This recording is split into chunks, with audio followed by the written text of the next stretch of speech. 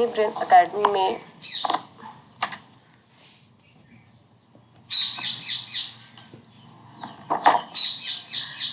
सी brain academy में आपका स्वागत है। अब जैसे कि हमने बात किया था कि हम फर्स्ट चैप्टर को लेकर आएंगे, जिसमें फर्स्ट चैप्टर आपका था some basic concept of chemistry. लेकिन उससे पहले बात हुई थी कि हम सिलेबस को डिस्कस करेंगे कि कौन कौन सी यूनिट आपके सिलेबस में रखी है, उसके बाद चैप्टर की स्टार्ट करेंगे।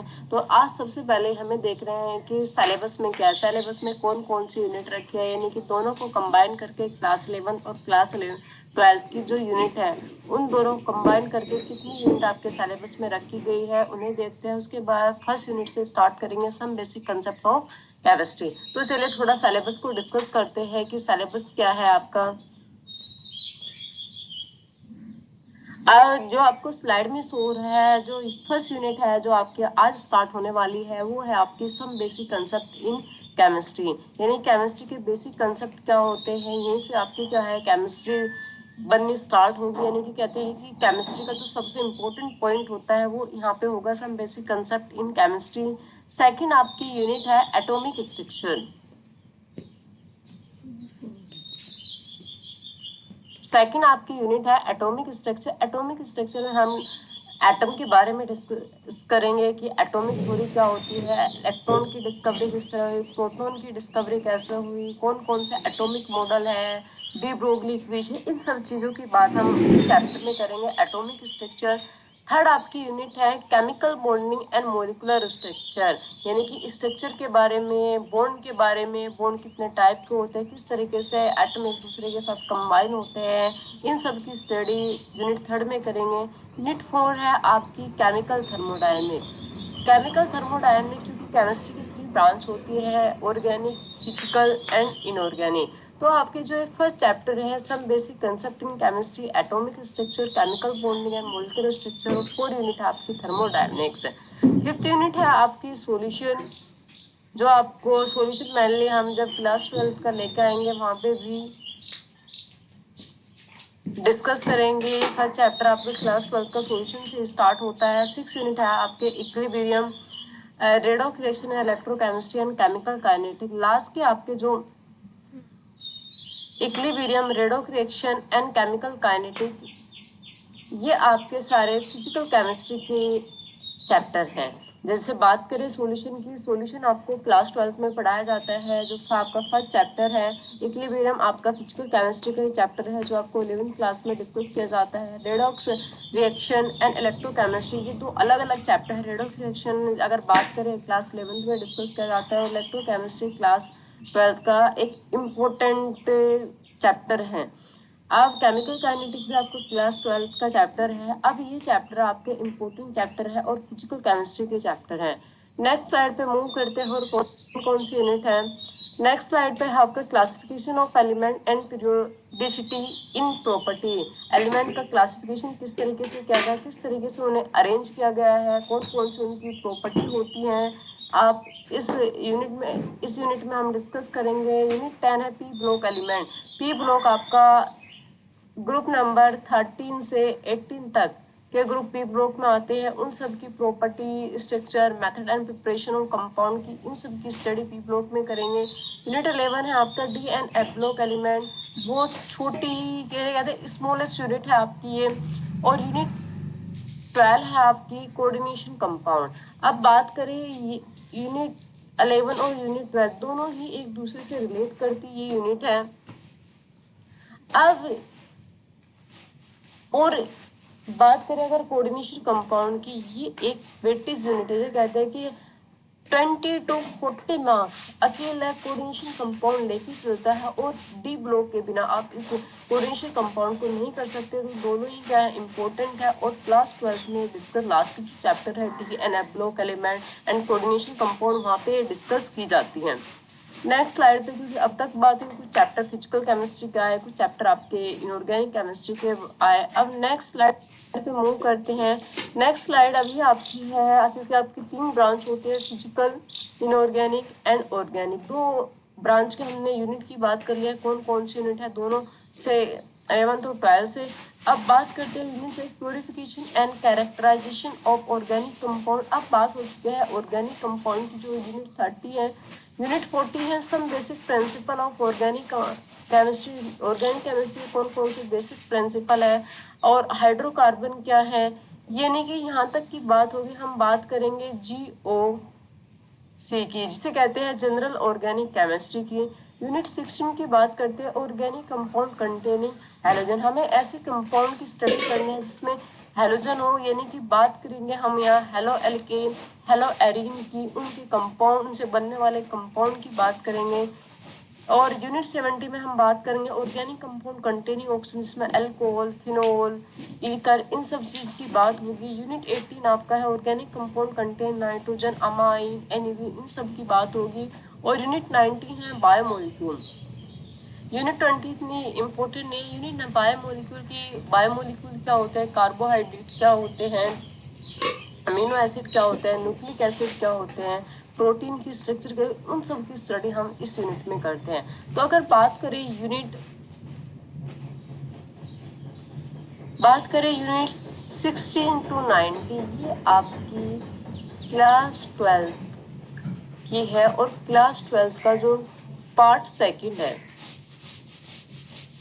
पार्ट सेकंड को कंप्लीट कवर करती है ये यूनिट। चाहे आपका ऑर्गेनिक कंपाउंड कंटेनिंग हैलोजन है, जिसमें बात करें haloalkane, haloarene, organic compound containing oxygen, alcohol, phenol, ether, carboxylic acid, organic compound containing nitrogen, amine, इन सब की बात करेंगे। और बायोमोलिक्यूल, तो ये पार्ट सेकंड को, कंप्लीट पार्ट सेकंड को ये कवर करता है। अब स्टार्ट करते हैं हम, जो हमारी फर्स्ट यूनिट है some basic concept of chemistry. ये केमिस्ट्री के कौन कौन से बेसिक कंसेप्ट है और इम्पोर्टेंट यूनिट है, चलिए स्टार्ट करते हैं। अब केमिस्ट्री वर्ड आते ही हमारे माइंड में एक चीज आती है कि कोई भी आपका सब्जेक्ट हो तो व्हाट, केमिस्ट्री को हम पढ़ते क्यों है, व्हाई। वाई, ये दो ऐसे वर्ड हैं जो हमारे माइंड में रहते हैं। तो सबसे पहले ही बात करते हैं केमिस्ट्री। केमिस्ट्री होती क्या है, केमिस्ट्री हम किस चीज की डील करते हैं, किस चीज की स्टडी करते हैं। तो सबसे पहली बात करें केमिस्ट्री क्या होती है। Chemistry is a branch of, जैसे जानते हैं, अगर हम 9 to 10 की बात करें तो साइंस होता था, साइंस की 3 ब्रांच होती थी, फिजिक्स, केमिस्ट्री एंड बायोलॉजी। लेकिन 11th में आते ही आपकी फिजिक्स, केमिस्ट्री एंड बायोलॉजी तीनों आपकी क्या हो जाते हैं, सेपरेट आउट हो जाती है। तो केमिस्ट्री क्या है, साइंस की ब्रांच है। Chemistry is a branch of science which deal with the composition, structure, property of matter change which take place under different condition and sphere। यानी कि डील का कंपोजिशन की बात करेंगे, स्ट्रक्चर की बात करेंगे, मैटर की प्रॉपर्टी की बात करेंगे, उनमें होने वाले चेंजेस की बात करेंगे, चाहे आपके फिजिकल चेंज हो, चाहे आपके केमिकल चेंज हो। इन सब की स्टडी हम किस में करते हैं, केमिस्ट्री में कहते हैं। और जो केमिस्ट्री के फादर कहा जाते हैं, मॉडर्न फादर ऑफ केमिस्ट्री, वो लेवोसियर को माना जाता है। अब बात करते हैं ब्रांच ऑफ केमिस्ट्री। जिस तरह साइंस की 3 ब्रांच थी, केमिस्ट्री, फिजिक्स एंड बायोलॉजी, उसी तरह 11th में आते ही केमिस्ट्री 3 ब्रांच में डिवाइड हो जाती है। फर्स्ट होती है आपकी इनऑर्गेनिक केमिस्ट्री, सेकंड होती है आपकी ऑर्गेनिक केमिस्ट्री, और थर्ड होती है आपकी फिजिकल केमिस्ट्री की 3 ब्रांच होती है, इनऑर्गेनिक, फिजिकल एंड ऑर्गेनिक। और इनऑर्गेनिक में डिस्कस करते हैं हम एलिमेंट्स एंड इस प्रॉपर्टी के बाद। ऑर्गेनिक केमिस्ट्री में डिस्कस करते हैं हाइड्रोकार्बन, यानी कि कार्बन से बनने वाले कंपाउंड की। और फिजिकल केमिस्ट्री मैथमेटिक कंसेप्ट को डिस्कस करते हैं। तो इन 3 ब्रांच होती है, तीनों ब्रांच के आपको अलग अलग चैप्टर होते हैं। तो नेक्स्ट स्लाइड पे मूव करते हैं। अब बात करते हैं कि कोई भी सब्जेक्ट हम पढ़े, हमें उसकी इम्पोर्टेंस का पता होना चाहिए कि केमिस्ट्री की क्या क्या इम्पोर्टेंस है। किसी भी फील्ड में ले जाए, चाहे आपसे घर से ले या मेडिसिन या इंडस्ट्री तक ले जाए, सब में क्या है, केमिस्ट्री का यूज होता है। तो केमिस्ट्री प्रिपेयर की जाती है, जितनी भी मेडिसिन है वो केमिस्ट्री से प्रिपेयर की जाती है। एग्रीकल्चर में केमिस्ट्री का यूज होता है, इंडस्ट्री में केमिस्ट्री का यूज होता है, इन्वायरमेंट में केमिस्ट्री का यूज होता है। बहुत ज़्यादा इंपॉर्टेंट है, आपके होम में, घर में केमिस्ट्री का यूज होता है। तो केमिस्ट्री की बहुत ज़्यादा इम्पोर्टेंस है आज के टाइम में। केमिस्ट्री की, यानी कि हमारे आसपास सब क्या हो रहा है, केमिस्ट्री हो रही है। तो ये केमिस्ट्री की इम्पोर्टेंस तो हर जगह ही है। अब फर्स्ट टॉपिक को स्टार्ट करते हैं, what is the matter. Matter क्या होता है। अब क्योंकि ये टॉपिक हमें लोअर क्लास से ही पढ़ाया जाता है कि मैटर क्या होता है, लाइक ये आपके पास क्या है, मान के चलिए कि मेरे पास ये फोन है। अब फोन एक क्या है, एक मैटर है। तो मैटर को हम किस तरीके से आइडेंटिफाई करेंगे? पेन है, पेन भी क्या है, एक मैटर ही है। तो मैटर क्या होता है? Anything which has mass and occupy space, जिसके पास क्या हो, मास हो और स्पेस को क्या करता हो, ऑक्यूपाई करता हो। Matter is defined as anything which occupy space and has mass, जिसके पास क्या हो, मास हो, स्पेस को क्या करता हो, ऑक्यूपाई करे हो। सराउंडिंग में जो भी चीज है आपके या मेरी सराउंडिंग में जो भी चीज है वो सब क्या आपकी क्या है, मैटर है। लाइक आपका पेन, लाइक मेरा पेन, फोन, बुक, टेबल, ये सब आपके किसके एग्जाम्पल है, मैटर के एग्जाम्पल है। अब बात करते हैं क्लासिफिकेशन ऑफ मैटर। मैटर को किस बेस पे क्लासिफिकेशन किया गया है, मैटर कितने टाइप का होता है। तो नेक्स्ट मूव करते हैं कि क्लासिफिकेशन ऑफ मैटर, मैटर का क्लासिफिकेशन किस तरीके से होता है। तो नेक्स्ट स्लाइड पे अब देखते हैं मैटर। मैटर का टू प्रॉपर्टी के बेस पे क्लासिफिकेशन किया गया है on the basis of physical property. Matter का टू प्रॉपर्टी के बेस पे क्लासिफिकेशन किया गया, एक क्लासिफिकेशन किया गया on the basis of physical property, in the base of chemical property. Physical property जो अपनी आइडेंटिटी को लॉस नहीं करती, ऐसी प्रॉपर्टी को आप क्या कहते हैं, फिजिकल प्रॉपर्टी। जैसे आपका टेम्परेचर है, मेल्टिंग पॉइंट है, बॉइलिंग पॉइंट है, एक्सेट्रा। और केमिकल प्रॉपर्टी स्मूथ चेंज करने में जो अपनी आइडेंटिटी को लॉस कर दे, वो आपकी क्या होती है, केमिकल प्रॉपर्टी। तो मैटर को टू प्रॉपर्टी के बेस पे क्लासिफिकेशन किया गया है on the basis of physical property, on the basis of chemical property.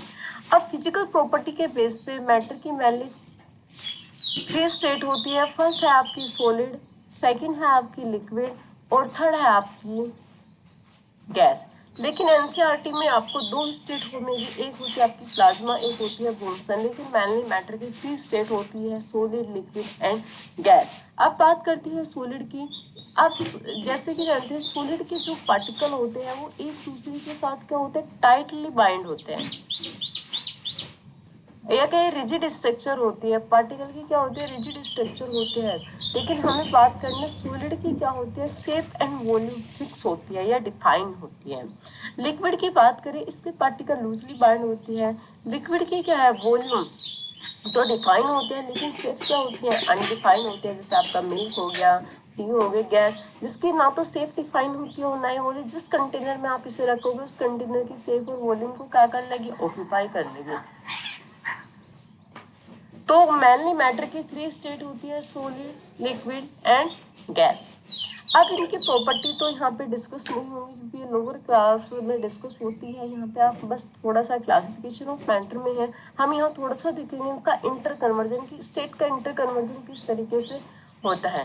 तो मैटर को सेकंड क्लासिफिकेशन होता है on the basis of, second classification है on the basis of chemical property. Chemical property के बेस पे मैटर टू टाइप का होता है, pure substance and impure substance. अब टू टाइप से आपका मैटर को क्लासिफिकेशन किया गया है केमिकल प्रॉपर्टी का। फर्स्ट है आपका प्योर सब्सटेंस, सेकंड है आपका impure substance. Pure substance only made by one kind of particle, जो एक तरह के ही पार्टिकल से मिलकर बना होता है, वो आपका क्या है, pure substance. Impure only made by two and more same और different kind of particle is called impure substance. तो प्योर सब्सटेंस आपके टू टाइप के होते हैं। फर्स्ट होता है आपका एलिमेंट, सेकंड होता है आपका कंपाउंड। अब एलिमेंट भी थ्री टाइप के होते हैं, मेटल, नॉन मेटल, मेटलॉइड। क्योंकि ये हम डिस्कस हुए मेटल क्या होता है, लोअर क्लास में लिखा है, मेटलॉइड क्या होता है और नॉन मेटल क्या होता है। कंपाउंड भी टू टाइप के होते हैं, एक आपका होगा इनऑर्गेनिक कंपाउंड, एक आपका होगा ऑर्गेनिक कंपाउंड। और इम्प्योर सब्सटेंस में आपका आता है मिक्सचर। मिक्सचर टू टाइप का होता है, ये चीज हम डिस्कस करेंगे। Element, compound, mixture. Mixture two type का होता है, फर्स्ट होता है आपका होमोजीनियस मिक्सचर, सेकंड होता है आपका हेटेरोजीनियस मिक्सचर। तो चलिए नेक्स्ट स्लाइड पे मूव करते हैं। Inter conversion of state. Inter conversion of state mainly matter की थ्री स्टेट होती है, तो इन स्टेट का इंटर एक दूसरे में कन्वर्ट हो रहा है। तो चलिए देखते हैं सॉलिड। सॉलिड किस में कन्वर्ट हो रहा है, लिक्विड। देखिए solid on heating convert to liquid. इस प्रोसेस को, इस फिनोमिना को कहते हैं मेल्टिंग।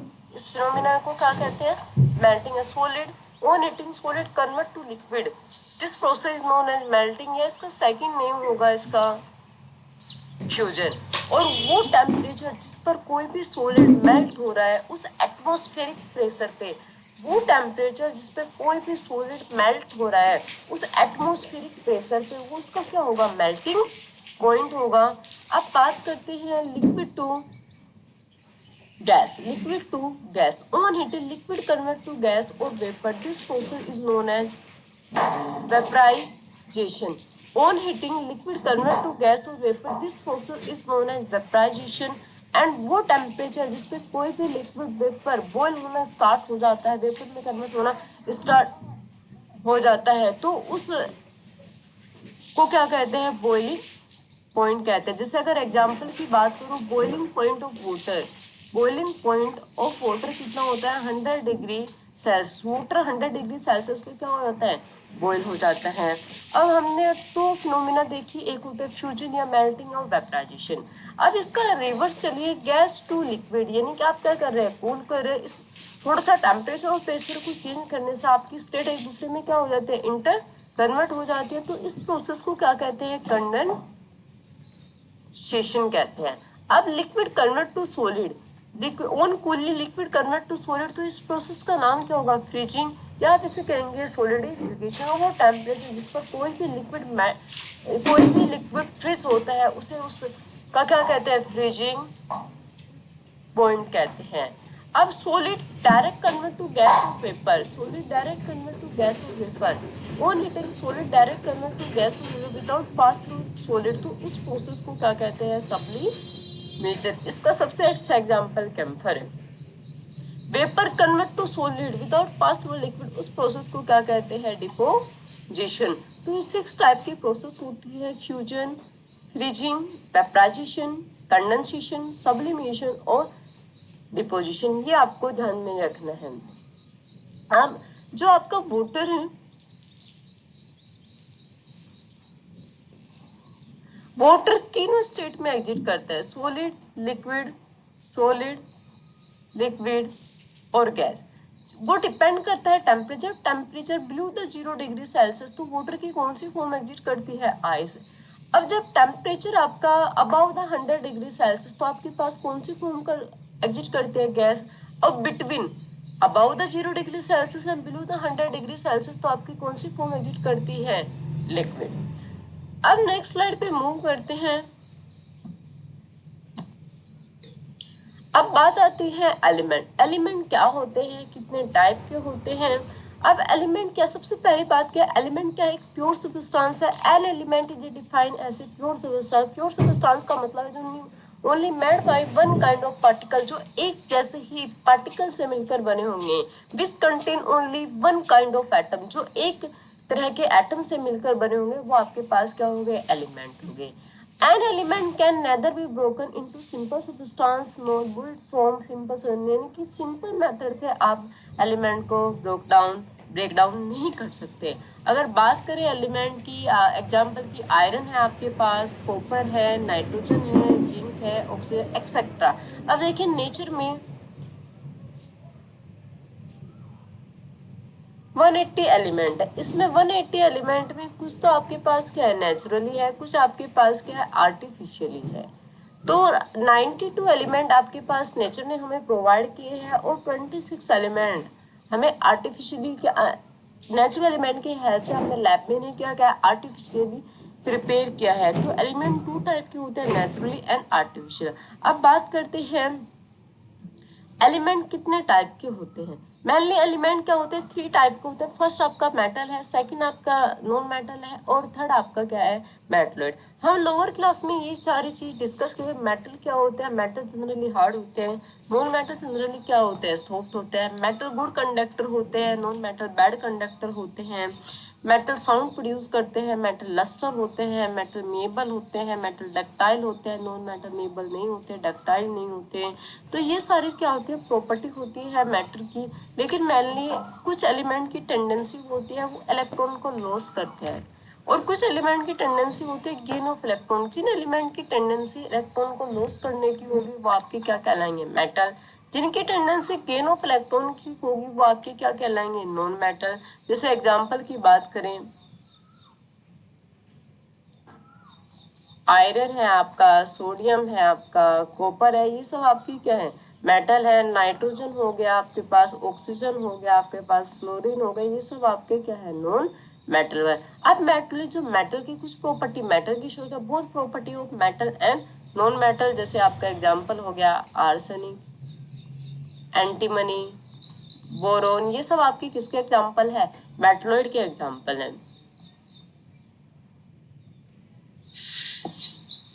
अब कंपाउंड बात करते हैं। प्योर सब्सटेंस आपके टू टाइप के थे, फर्स्ट आपका हो गया कंपाउंड और सेकंड आपका क्या था, फर्स्ट आपका हो गया एलिमेंट और सेकंड आपका था कंपाउंड। अब कंपाउंड क्या होते हैं, कंपाउंड पहली बात तो pure substance containing two and more element combined together in fix proportion by mass.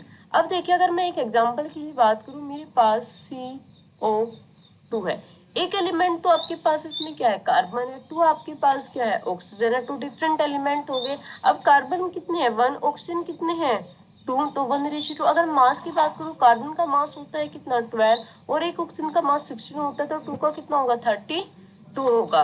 उसी तरह वाटर हो गया, अमोनिया हो गया। अब कंपाउंड में आपके पास टू टाइप के होते हैं, एक होता है आपके पास इनऑर्गेनिक कंपाउंड, एक होता है आपके पास ऑर्गेनिक कंपाउंड।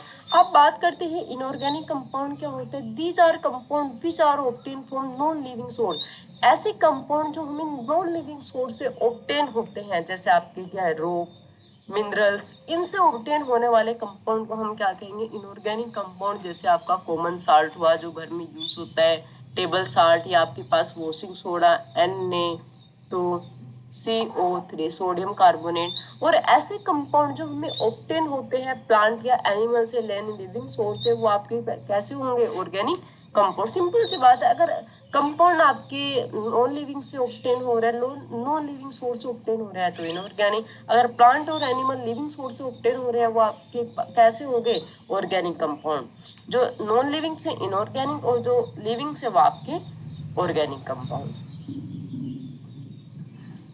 अब बात करते हैं इम्प्योर सब्सटेंस में मिक्सचर। मिक्सचर क्या होते हैं, मिक्सचर, मिक्सचर का वर्ड आते हैं आपका होता है मिक्सचर जूस, मिक्सचर वेजिटेबल। तो मिक्सचर क्या होता है, टू एंड मोर सब्सटेंस को जब आप में मिक्स करते हो तो किसका फॉर्मेशन होता है, मिक्सचर का फॉर्मेशन होता है। अब मिक्सचर आपके पास टू टाइप का हो सकता है, एक होता है टू एंड मोर सब्सटेंस को अगर आप uniformly, two and more substance को आप मिक्स करें तो वो दोनों आपस में यूनिफॉर्मली मिक्स हो जाए तो होमोजीनियस मिक्सचर, अगर नॉन यूनिफॉर्मली मिक्स हो रहा है तो वो हेट्रोजीनियस मिक्सचर। जैसे अगर मैं बात करूं वाटर प्लस शुगर की, वाटर प्लस शुगर की, तो वाटर और शुगर को जो आप एक दूसरे मिक्स करते हैं तो ये एक दूसरे के साथ क्या होता है, यूनिफॉर्मली मिक्स होते हैं, तो इस टाइप का मिक्सचर आपका क्या कहलाता है, होमोजीनियस मिक्सचर। लेकिन अगर मैं बात करूं सैंड प्लस वाटर की, तो आप कितने भी अच्छी तरीके से रोड से कितनी भी अच्छी तरीके से मिक्स कर ले, कुछ टाइम के आफ्टर सम टाइम के बाद वाटर ऊपर और सैंड नीचे, तो इस टाइप का मिक्सचर आपके पास कैसा कहलाता है, हेट्रोजीनियस। यानी कि अगर कंपोनेंट यूनिफॉर्मली मिक्स हो रहा है तो होमोजीनियस, जिसे सिंपल मेथड से सेपरेट आप नहीं कर सकते, लेकिन अगर कंपोनेंट नॉन यूनिफॉर्मली मिक्स हो रहे हैं तो कैसा होगा, हेट्रोजीनियस होगा। जैसे आपका मिक्सचर की बात के, एयर भी मिक्सचर आपका है। अब चलिए स्टार्ट करते हैं सबसे important topic, fundamental and derived unit. कौन कौन सी यूनिट आपकी फंडामेंटल होते हैं और कौन कौन सी यूनिट आपके डिराइव होते हैं। Fundamental unit are independent unit of measurement, यानी कि जो फंडामेंटल यूनिट होगी वो इंडिपेंडेंट होती है measurement, while derived unit combine to fundament these funda. तो देखते हैं कुछ फिजिकल क्वांटिटी और उनके यूनिट। सबसे पहले बात करते हैं एरिया की। अब एरिया आपके पास क्या होता है, लेंथ इंटू ब्रेथ, और लेंथ की यूनिट क्या आपके पास, अगर लेंथ की यूनिट क्या, लेंथ की यूनिट आपके पास क्या होती है, मीटर। तो आपके पास लेंथ की यूनिट आपके पास क्या हो जाएगी, मीटर, और ब्रेथ की यूनिट आपके पास क्या हो जाएगी, मीटर। तो एरिया की यूनिट क्या आपके पास क्या हो जाएगी, मीटर स्क्वायर। अगर बात करें वॉल्यूम की, वॉल्यूम आपके पास क्या होती है, एरिया इंटू हाइट। अब एरिया क्या होता है आपके पास, लेंथ इंटू ब्रेथ, तो वॉल्यूम क्या होगी, length into breadth into height. तो वॉल्यूम की यूनिट क्या होगी आपके पास, मीटर क्यूब। अब बात करते हैं सेकंड फिजिकल क्वांटिटी की, डेंसिटी। डेंसिटी क्या होती है, मास अपॉन वॉल्यूम, और मास की यूनिट क्या होती है, किलोग्राम। वॉल्यूम की यूनिट क्या होती है, मीटर क्यूब। तो क्या हो जाएगा, किलोग्राम पर मीटर, किलोग्राम मीटर क्यूब पर मीटर क्यूब। वेलोसिटी, वेलोसिटी होती क्या है? Displacement upon time. डिस्प्लेसमेंट की यूनिट क्या होती है? मीटर। और टाइम की यूनिट क्या होती है? सेकंड। तो मीटर पर सेकंड। मोमेंटम, मोमेंटम क्या होती है? Mass upon velocity. मास की यूनिट किलोग्राम और वेलोसिटी की मीटर सेकंड इनवर्स। फोर्स क्या होता है? Mass into acceleration. मास की यूनिट क्या होता है? किलोग्राम। और एक्सीलरेशन की यूनिट, एक्सीलरेशन आपके पास क्या होते हैं? सेकंड। प्रेशर, प्रेशर क्या होता है? Force upon area. फोर्स की यूनिट होती है न्यूटन और एरिया की यूनिट होता है मीटर स्क्वायर। वर्क क्या होता है? Force into distance. फोर्स की यूनिट एन और डिस्टेंस की unit metre. Surface tension, force upon length. Force की यूनिट न्यूटन और लेंथ की यूनिट मीटर। तो ये आपकी कुछ यूनिट है।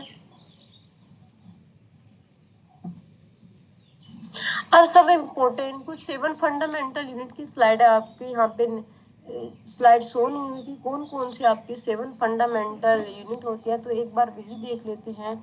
सबसे पहले आपकी जो 7 फंडामेंटल यूनिट होती है, शायद वो स्लाइड एड में, वो होती है मास, जिसका सिंबल क्या होता है? एम। और उसकी एसआई यूनिट आपके पास क्या होता है? किलोग्राम। फिर होती है आपके पास लेंथ। लेंथ का सिंबल क्या होता है आपके पास? एल। और इसकी एसआई यूनिट क्या होती है? मीटर। टाइम, टाइम का सिंबल क्या होता है? Small T. और उसकी यूनिट क्या होती है? सेकंड। टेम्परेचर, टेम्परेचर का सिंबल क्या होता है? Capital T. और इसकी जो एसआई यूनिट होती है वो क्या होता है? केल्विन। मोल, मोल का सिंबल क्या होता है? एन। और इसकी, सॉरी, मोल नहीं, amount of substance, amount of substance, तो इसका सिंबल क्या होता है? एन। और इसकी यूनिट क्या होती है? मोल। करंट, करंट की यूनिट क्या होती है? एम्पियर। लुमिनस इंटेंसिटी की यूनिट क्या होती है? कैंडल। तो ये आपकी कुछ 7 फंडामेंटल यूनिट थी, इनकी स्लाइड ऐड नहीं हुई है। तो चलिए स्टार्ट करते हैं। सम इम्पोर्टेंट डेफिनेशन, सब इम्पोर्टेंट डेफिनेशन में जो सबसे पहली डेफिनेशन है आपकी मास।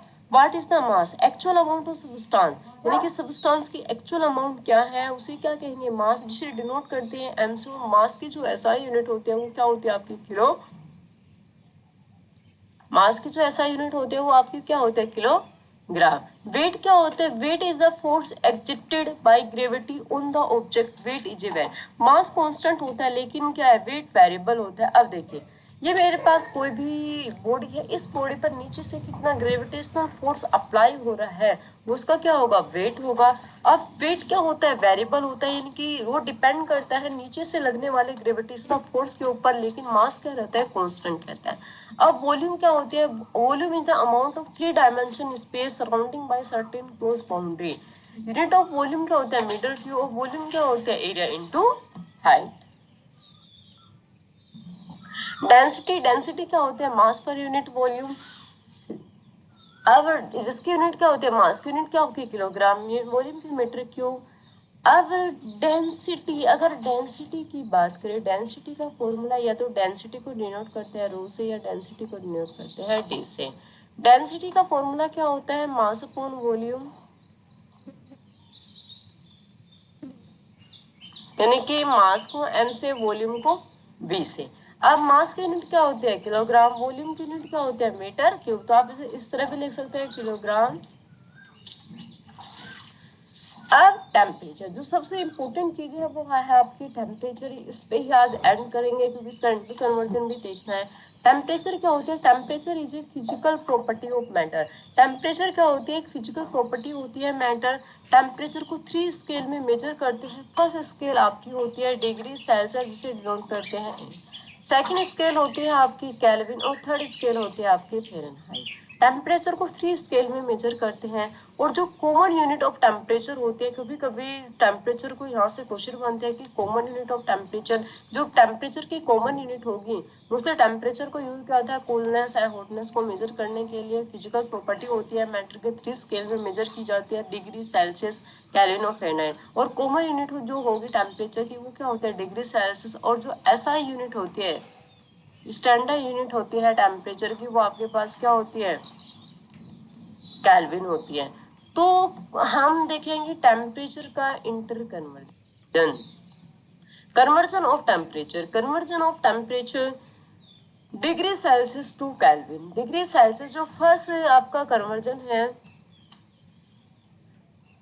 Degree Celsius to Kelvin. अगर मेरे पास डिग्री सेल्सियस में टेम्परेचर गिवन हो और मुझे केल्विन में कैलकुलेट करना है तो आप किस तरीके से, जैसे अगर मैं 25 डिग्री सेल्सियस, जो नॉर्मल रूम टेम्परेचर होता है वो कितना होता है 25 डिग्री सेल्सियस। अब 25 डिग्री सेल्सियस को मुझे किस में कन्वर्ट करना है, केल्विन में कन्वर्ट करना है। तो इसके लिए आप फॉर्मूले का यूज करोगे, डिग्री सेल्सियस प्लस 273 1.5 केल्विन। इतने का डिग्री सेल्सियस में इतने टेम्परेचर का क्या आप करोगे, ये आपकी क्या होती है स्टैंडर्ड वैल्यू होती है। लेकिन जब आप ये आपकी क्या डेसिमल में वैल्यू है तो आप कैलकुलेशन को सिंपल करके 273 1.5 कितना ऐड करोगे, 273 केल्विन ऐड करोगे। जैसे मेरे पास क्या था 25 डिग्री सेल्सियस, मुझे इसमें कितना ऐड करना है 273, तो मेरे पास कितना आएगा 298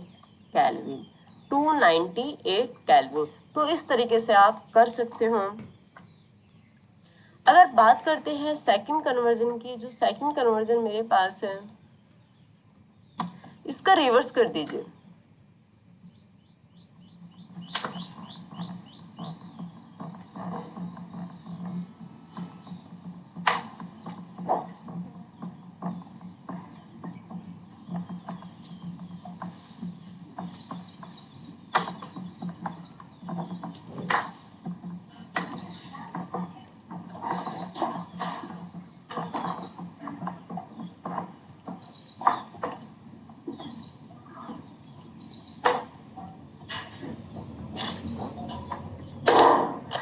अब चलिए सेकंड कन्वर्जेंस का रिवर्स है कि अब की बार हमें क्या करना है, केल्विन टू डिग्री सेल्सियस।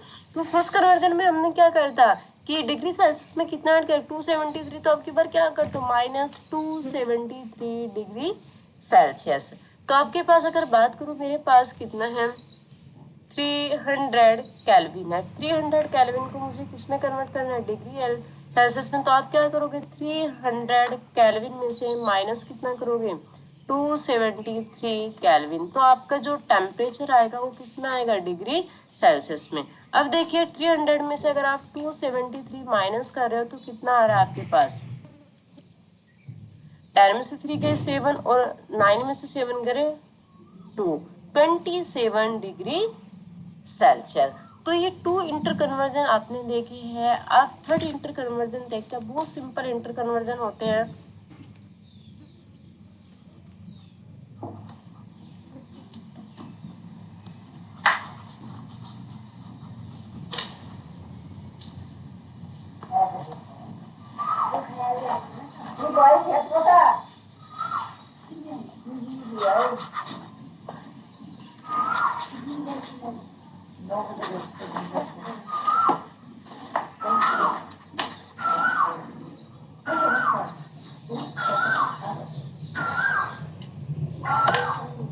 अब थर्ड इंटर कन्वर्जन को देखते हैं, बस इस इंटर कन्वर्जन को देख के क्लास खत्म करते हैं, क्योंकि नेक्स्ट जो इंटर कन्वर्जन होगा वो नेक्स्ट क्लास में डिस्कस करते हैं। अब आपका जो थर्ड इंटर कन्वर्जन है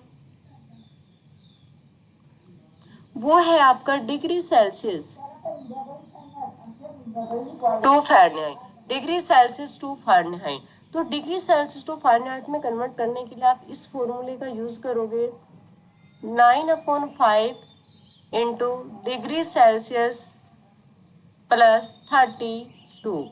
अब जैसे अगर एग्जाम्पल की बात करूं, मेरे पास है 25 degree Celsius, 25 degree Celsius to मुझे किस में कन्वर्ट करना है फ़ारेनहाइट में कन्वर्ट करना है। तो अब यहाँ जो आपको डिग्री सेल्सियस में वैल्यू गिवन हो गया, आप कहाँ पे रखोगे डिग्री सेल्सियस, तो आपके देखें 9/5 इंटू डिग्री सेल्सियस में आपके पास कितनी वैल्यू गिवन है 25 डिग्री सेल्सियस, और प्लस कितना करोगे 32।